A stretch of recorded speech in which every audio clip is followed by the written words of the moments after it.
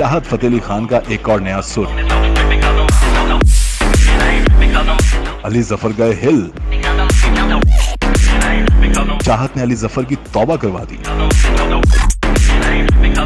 Social media पर गानों के साथ सुरों का पोस्टमार्टम करने वाले गुलकार चाहत फतेह अली खान ने पाकिस्तानी मारूफ गुलकार अली जफर के गाने का भी पोस्टमार्टम कर दिया।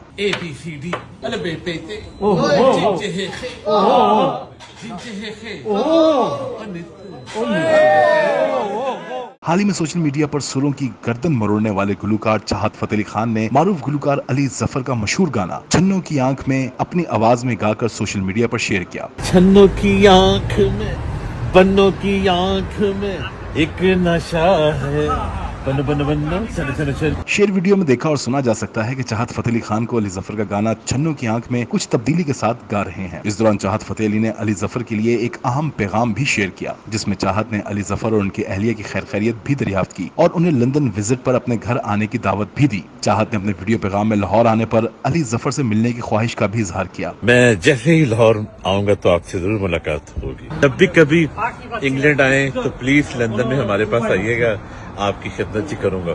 दूसरी जानिब अली जफर भी खामोश न बैठ सके। पाकिस्तानी फेमस सिंगर ने चाहत की वीडियो पर रीट्वीट किया और लिखा कि या अल्लाह खैर। अली जफर ने या अल्लाह खैर का ट्वीट क्यों किया? कमेंट सेक्शन में हमें अपनी कीमती राय से जरूर आगाह करें।